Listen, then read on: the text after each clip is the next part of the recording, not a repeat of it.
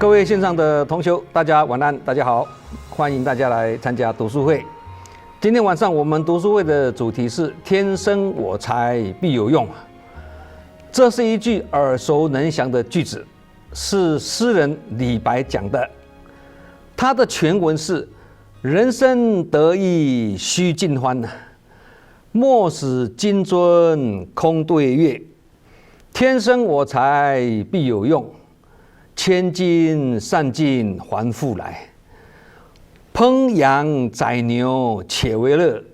会须一饮300杯。”文言文呢不容易懂啊，那我们用白话文来解释。那这句话是在描述诗人李白啊，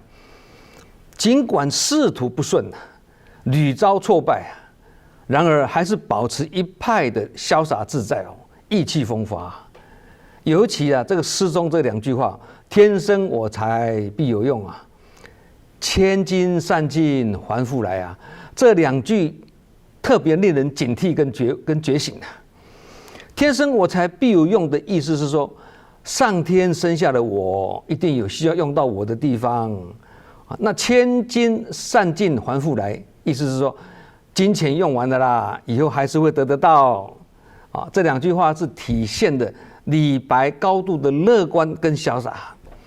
他对自己时时刻刻充满了信心。他也看透人生，他有这种很好的人格特质啊。所以李白可以在人生困顿之际不但不会随意叹气，反而刚刚最后一句讲的烹羊宰牛杀羊杀牛啦，把酒言欢并且高歌那李白是透过这首诗呢，来提示我们来启示我们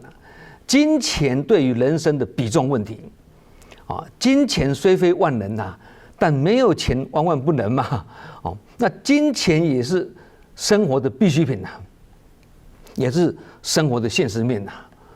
然而当人生走到终点时再多的金银珠宝也没办法带走那面对人生的这种有限性跟无常性，有觉悟的人呢，比较会懂得去思考对于金钱的追求还是有限度跟有所节制的。因为他们在享受丰衣足食之余他也会侧重于这个心灵层面的价值提升那一个人的成功，并不是以财富多寡来当作判断的标准而是在于人格宽度跟思想的深度因此呢，有觉悟的人，他会像李白一样能摆脱金钱的束缚不当金钱的奴隶的意思而让自己活得很潇洒自在就像他那首诗里面所描述的心境一样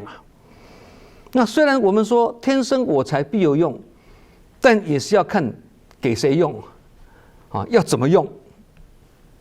因为呢，有人才但不会用这样跟没人才还不是一样能日行千里的马虽然很珍贵，但如果没有遇到能试马的这个伯乐那终究会白白浪费人才的才华同样的，人才如果没有被发掘出来并放在适合的位置那人才表现起来也会跟常人一般没有什么不一样甚至呢没有好好用人才会变成庸才神枪手也要有好枪才能打得准如果把好枪交给一个枪法不好的人，那这样他也是打不准所以在领导统御里面呢，用人是一门大学问那箴言上的用人哲学是什么？没有不能用的人，只有不会用的人这句话以前我们也讲过意思就是每个人都是天生我材必有用就端看你会不会用人有长短优劣，那才有类别高下各有其用所以我们讲都术业有专攻嘛，文道有先后嘛，就是这个意思所以想要发掘人才，也要自己有慧眼才能慧眼识英雄嘛。因此，能判断人才，也能发掘人才啊，这是任用人才的先决条件呐。啊，虽然说每一个人都是天生我材必有用，但是要怎么重用啊？这也是要用的人能够通权达变呐，跟弹性绝妙的智慧啊，要有这样的智慧啊，所以才说只有不会用的人呐，因为你智慧不足。举例来说了哈，如果是一块好木啊，我们就要懂得把它雕刻成一尊庄严的佛像。那如果是一块枯木，那就要把它妙用，拿来种植香菇，培养香菇。如果是一块朽木啊，虽然朽木不可雕也啊，那我们就不要去雕刻它啊，但也不要把它丢弃哦。看起来是不能用，但是也不要把它丢掉，而是要把它放在大树底下呢，作为大树的养分啊，来成就大树啊。这个叫做无用之用，是为妙用啦。啊，我们也不要以为说朽木或枯树没什么用哦，只要你会用，除了栽培香菇之外，还可以被重新加工，做成仿古家具啊，做成手工艺术品啊，跟装饰品啊，发挥它再生利用的功能啊。即使枯树也有可能枯树发芽哦，枯树发芽就是绝处逢生的奇迹出现的意思啦。佛法上叫做不可思议力量啊，就好像往生后把大体捐给医学院大学生做人体解剖，来增加这个医学院学生的这个医学常识啊，这个也是无用之用的大用特用啊。捐赠器官也是一样的道理啊，脑死之际啊，把自己还可以用的器官移植到别人的身上，这个也是让自己的器官能在别人的身上延续下去啊。那刚刚讲没有不能用的人，只有不会用的人，意思是说用人的人很重要。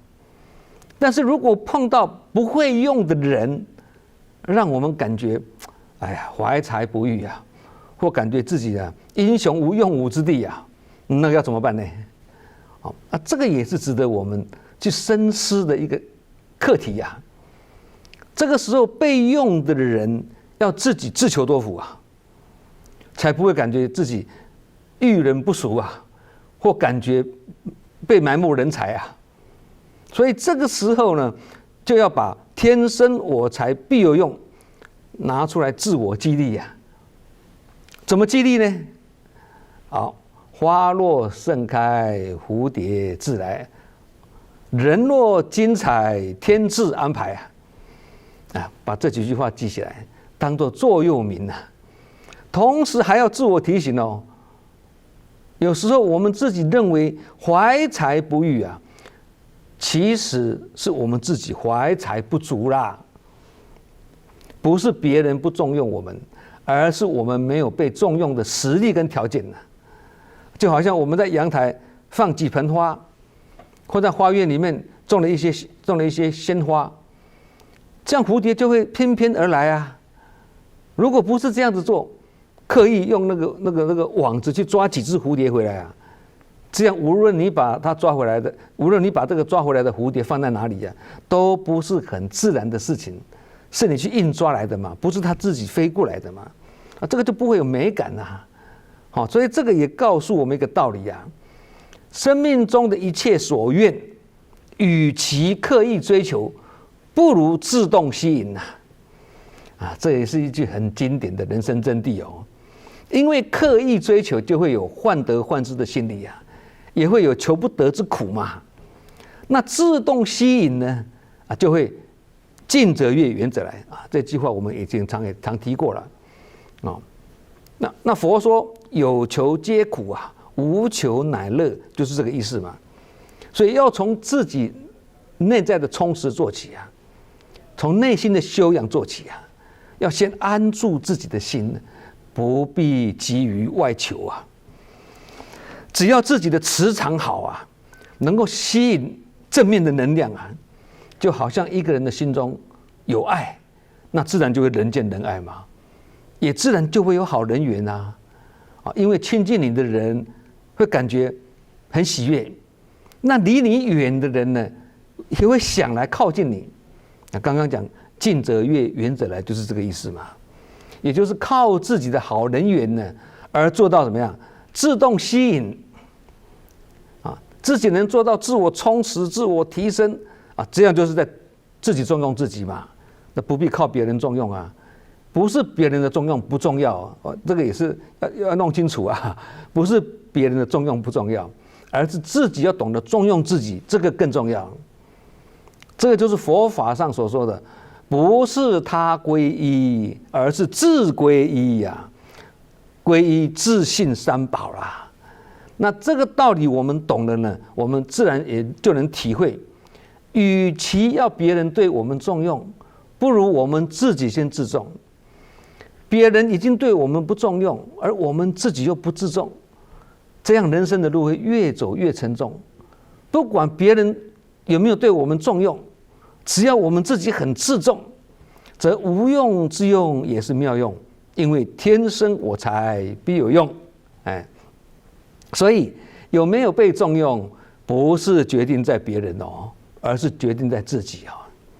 唯有自己可以主宰自己自己才是主源呐，别人只是助缘呐。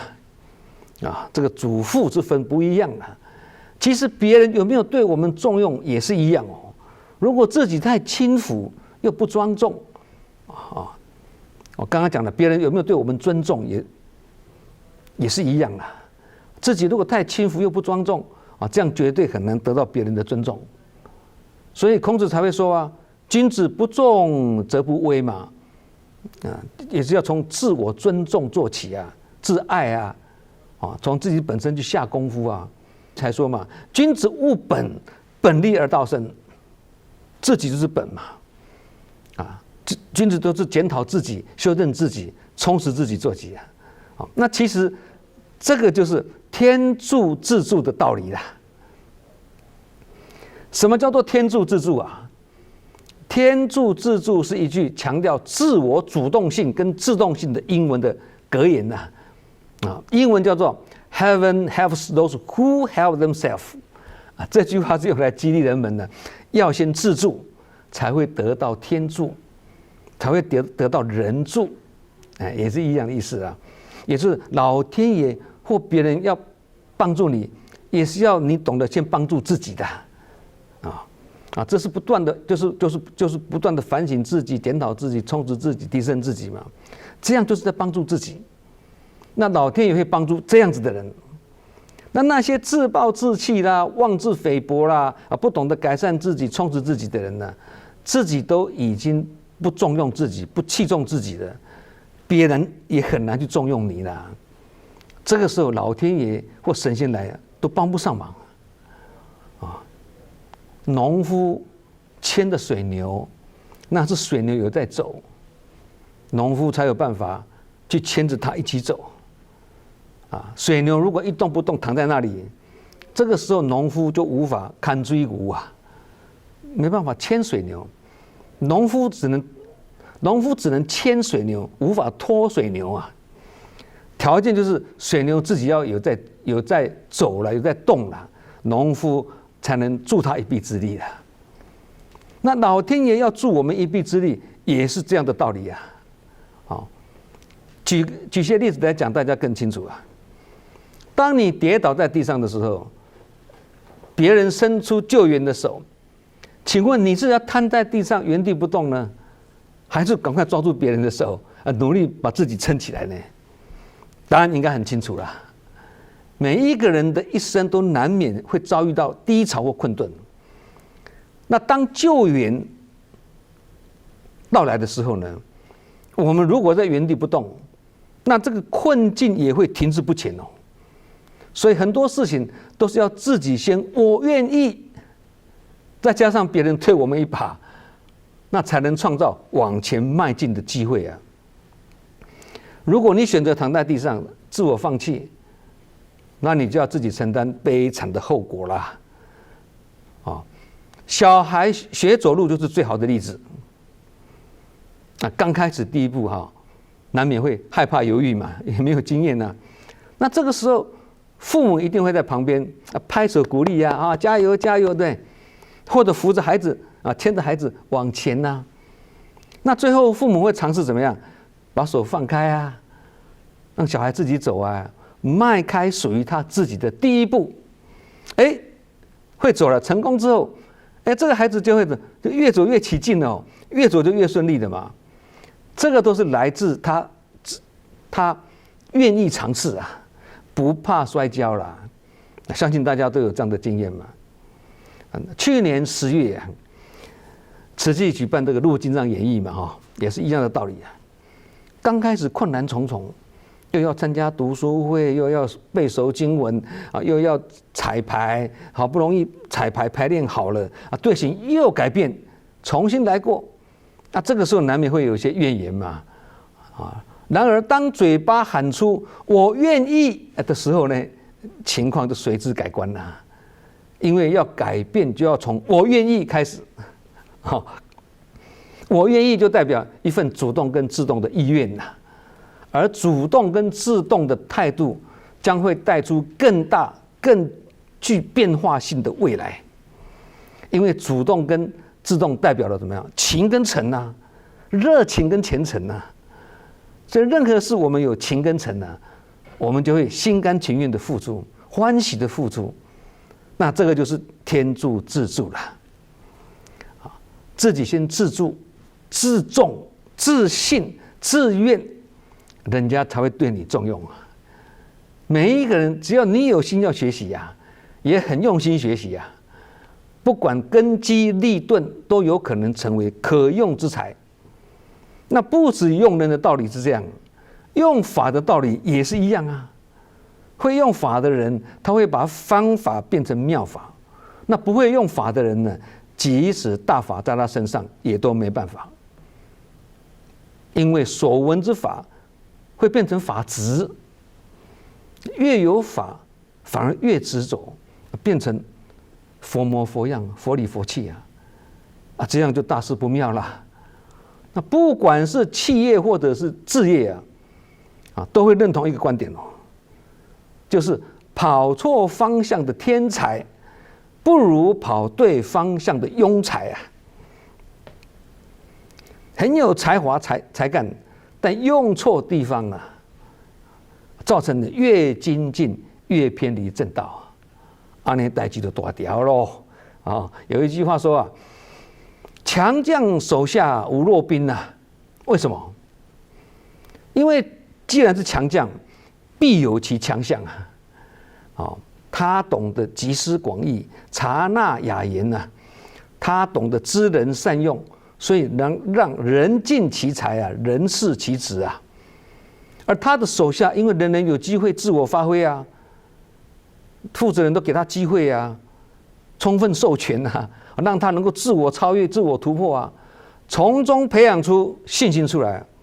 所以这样叫做无弱兵嘛，不是吗？同理名师出高徒高明的师傅也能教出技艺高超的徒弟优秀的教练也能教出优秀的选手优秀的老师能教出优秀的学生同理，好的师傅也可以调教出好的弟子嘛。在佛门里面呢，虽然师徒有缘其实最终还是什么？师父引进门，修行在弟子表面上我们是皈依某某法师的其实最终还是皈依自信三宝还是回归自信跟自心。名师自有其德高望重之处嘛。既然是名师嘛，他不但精通法要，智慧如海同时也是心系众生，不舍众生不舍任何一人并且把每一个人当作未来佛去礼敬诸佛，不管你是什么样的根基所以在他面前，无论是贩夫走卒贫富贵贱达官显要人人没有分别，众生平等，都是可用之才。因为这个名师他会用人才，因此呢，他能让富者富而好仁让善者呢乐善好施让贫者呢安贫乐道。甚至以贫济贫哦。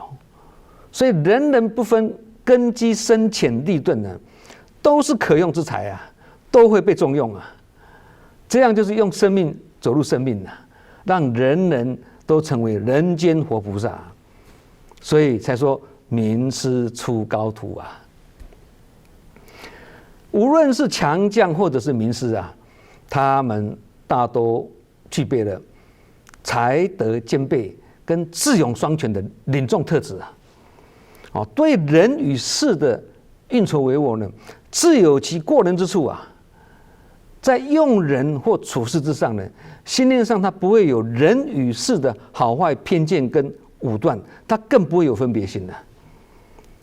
同一个人，他的人跟他的事切割处理，所以他疑人不用，用人不疑啊，信己无私啊，信人有爱啊。他用这种胸襟跟气度呢去对待人才啊，自然就能够做到，在他的下面的人人有事做，事事有人做，不会说有人没事做啊。所以一个人呢有多笨并不重要，重要的是要知道自己的聪明在哪里，自己的弱项跟强项要有先见之明的意思啦。以前我们常讲嘛，我们自己要先称好，不要让别人称了，这个意思嘛。对，别人不用，我们就自己用。肥水不落外人田，不是吗？因为自己就是自己最大的贵人嘛。关键就在于这么自信，对自己要有信心。刚刚前面讲的自助、自愿、自重，都是来自自信的。因为什么？因为信为道源，功德母啊。常养一切诸善根啊，对自己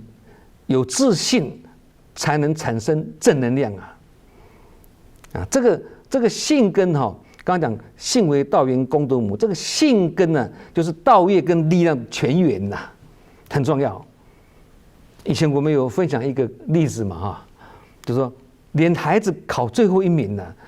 父母都可以激励孩子产生信心的。怎么激励啊？告诉孩子啊，不要气馁，至少我们不会再退步了对，那不会再退步也是一种优势，不是吗？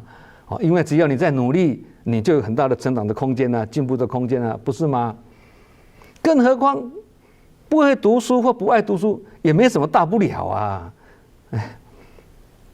钟鼎山林各有天性，不是吗？不会读书或不爱读书，顶多是不能靠读书吃饭了，但还可以凭自己良好的品德跟一技之长，去过自己幸福快乐的人生啊。在现实的社会里面呢，大多数公司都会从文凭去做人才的筛选嘛去应征的时候要拿文凭啊。但这些公司的老板呢，自己不一定都是文凭很高的人而且况且呢，文凭也不是筛选人才的唯一选项嘛。不过老实讲了有较高文凭的人总是会有较多的机会跟优势的这个是毋庸置疑的啦然而，即使你有了很高的文凭跟学历你还是要经过工作中层层的磨练跟考验这个时候呢，你心智的提升、情绪的掌控、敏锐的观察、处事的冷静跟人际关系的建立等等，这些都跟文凭学历无关就好比智慧跟学历、年龄、财富都无关，是一样的道理。但是这些人格特质却跟在职场中顺利成败是息息相关很会读书但不会做事，或是能力很好但人缘不好，或人缘虽好但能力不好甚至价值观偏差，这样即使有高的文凭跟学历的，早晚还是会被淘汰掉了即使没有被淘汰了，自己也会做得很辛苦了有些人虽然没有很高的文凭但人品很好，人际关系也不错，智慧也很高，也肯吃苦耐劳，人生观也很正确。虽然起步比别人辛苦一点虽然是输在起跑点，但是会赢在终点不过要注意文凭如果不高啊，加上力争上游的毅力跟决心也不高哦，那当然想要成功立业的机会就不会高啊。那学历低的人也不一定都是处在低阶层哦，一些大企业的老板也都是学历不高，而且白手起家的很多哦，但最后他达至成功了。那学历高的人也不一定都是处在高阶层哦，学历高的人也不一定是高薪的。举个例子来讲嘛，我们现在不是很多都市里面都有那个玻璃帷幕的大楼吗？那个常常要有人调到外面去洗那个窗子啊，玻璃窗啊，这种洗窗工人的薪资是非常的高哎，因为这种高薪工作的条件是什么？不是要学历，他是要胆量高哎。对，啊，有人读到硕士、博士学位，学问很高，但智慧不高。智慧要高，就要有转世成智的能力啊，要转得过来，把知识转成智慧啊。那有些人则是学历不高，但智慧很高啊。有一些出家人的确是学历高，智慧也高，也有啦。但也有一些是学历不高，但却是一代高僧呐。所以学历跟成就不一定是画上等号啦。不是所有的花都适合于肥沃的土壤啦，沙漠就是仙人掌的乐园啦，也不是所有的花都适合栽种在烂泥里面啦，污泥就是莲花的家园啦。所以人生的许多成就，不在于环境的优劣啦，而在于你是否能培养正知正见，并以正确的知见去定位自己的人生方向，并选对自己的位置。也发挥自己的专长，这样就是在为成功铺路啊！每个人都要有自知之明啊！我们刚刚讲嘛，要懂得把自己放在对的位置，这样才能如鱼得水，如虎添翼嘛！啊，投手也不能拿去当捕手用啊，捕手也不能拿来当投手用啊，位置不一样啊，因为专长不一样嘛，对，所以要能够发挥所长啊！就好比有一些科学家。他连音阶都不懂啊，因为这不是他的专长啊。那有些音乐家连美劳工具他都不晓得那个做什么用的。有一些画家连一封信都写不好，他会画画，但都不一定会写字啊，对不对？写信也不一定啊。可是他们都把自己放在对的领域里面，所以才能够有所成就啊。成就也非凡呐，所以人才要放在对的位置，才会是人才。放错位置的话呢，可能会变成庸才啊。有一次啊，在某一个海外国家的这个志工干部的研讨会里面呢，那主办单位呢就请我去演讲啊，演讲的主题是如何培养人才啊。因为我对这个国家的志工动态有基本上的了解，因此我在分享中发表我个人的看法。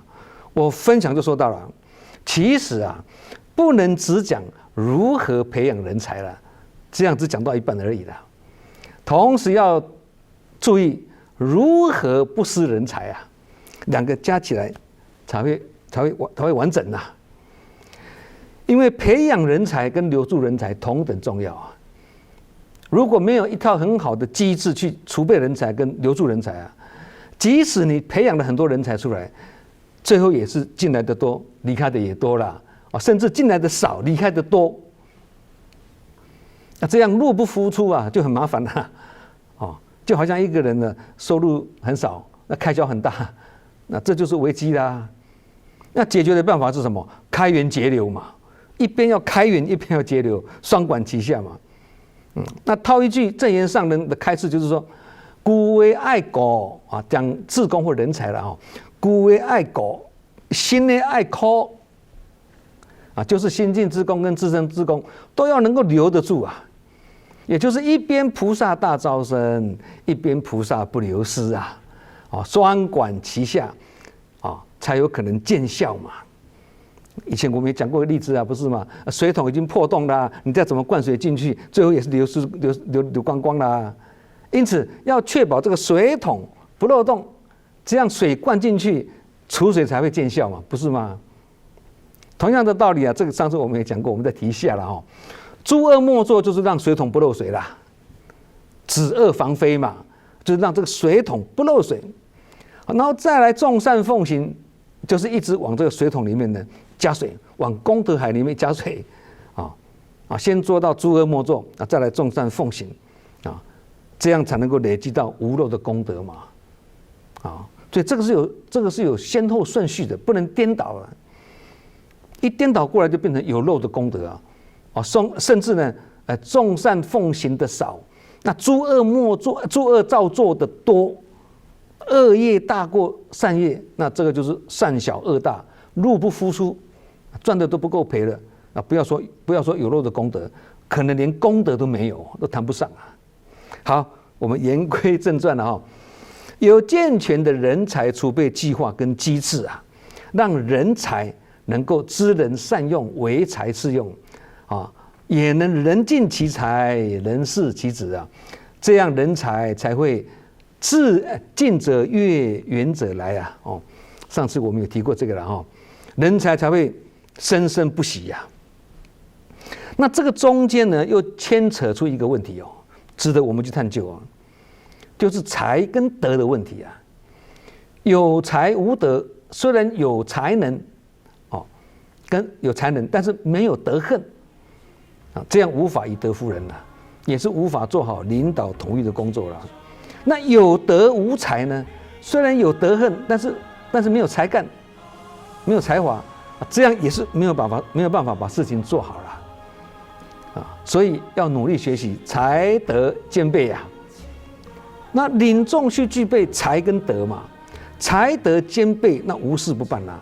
有德无才，所以涵养很好，但才干不足，没有把事情做好对。然而，如果才德不能兼备的话，则以德为重因为修一生之德则无事不成所以这个都是我们在生活中必须常常去了解的道理